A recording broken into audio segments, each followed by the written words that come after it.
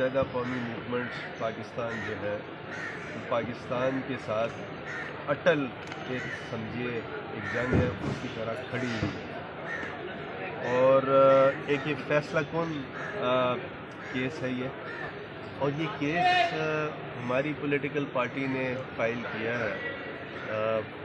ये कोई personal case नहीं है, ये केस आवाम के लिए है।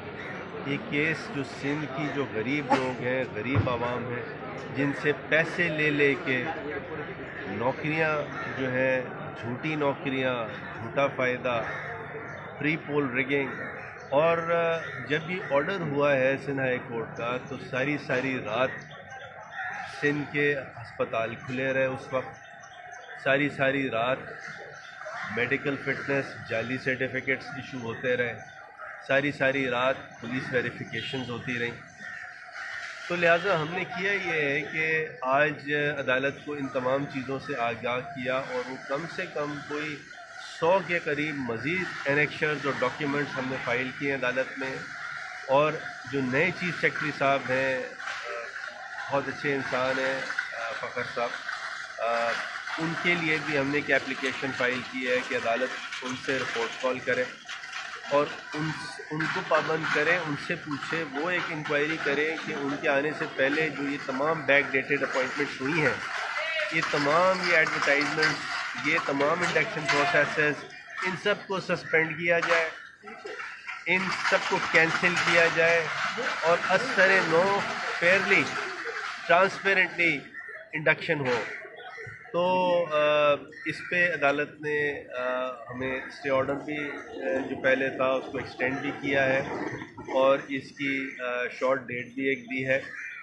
और ये केस ऐसा है कि ये सिंध की अवाम का केस है जो एमक्यूएम पाकिस्तान लड़ रही है। सिंध की अवाम से गुजारिश है, रिक्वेस्ट है कि एमक्यूएम पाकिस्तान को सपोर्ट करें। ये केस कोई ना एथनिसिटी पे बेस्ड है, ये बात है मेरिट की। क्या सिंध की अवाम को मेरिट पे अपॉइंटमेंट्स नहीं होने चाहिए?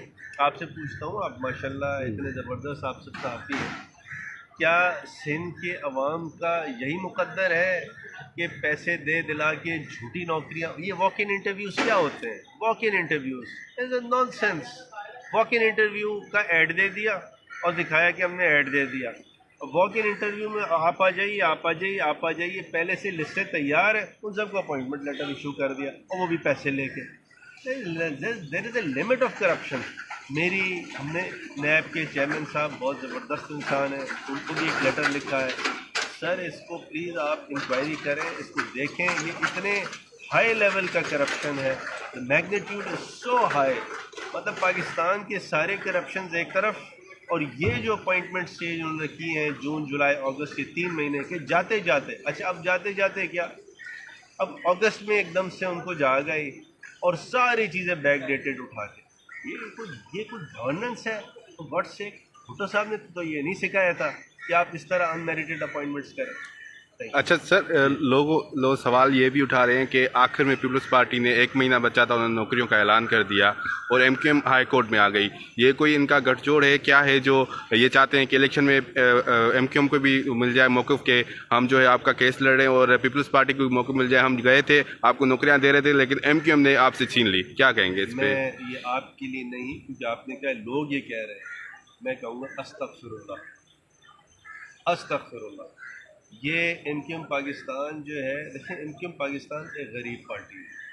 मैं एमक्यूएम लंदन की बात नहीं कर रहा हूँ, एमक्यूएम पाकिस्तान की बात कर रहा हूँ। गरीब पार्टी है। एमक्यूएम पाकिस्तान ने जिस तरह प्यार से लोगों को सबको एक तरफ किया है अपनी तरफ, एक भी आप मुझे बताइए कि 22 अगस्त 2016 के बाद एक भी कोई पत्थर मारा हो किसी को? ठीक है, एक माजी था, उस माजी से निकल आई है evolution. There is process of evolution. उस एवोल्यूशन के ज़रिए अब कम से कम उसमें 7 साल हो चुके हैं। इन 7 साल में अगर इस पाकिस्तान में सबसे कोई शरीफ पार्टी है वो एमक्यूएम पाकिस्तान है। और ये सिर्फ यहाँ कराची वालों का फ़र्ज़ नहीं है, पूरे पाकिस्तान का फ़र्ज़ है कि एमक्यूएम पाकिस्तान को भरपूर तरीके से सपोर्ट करें।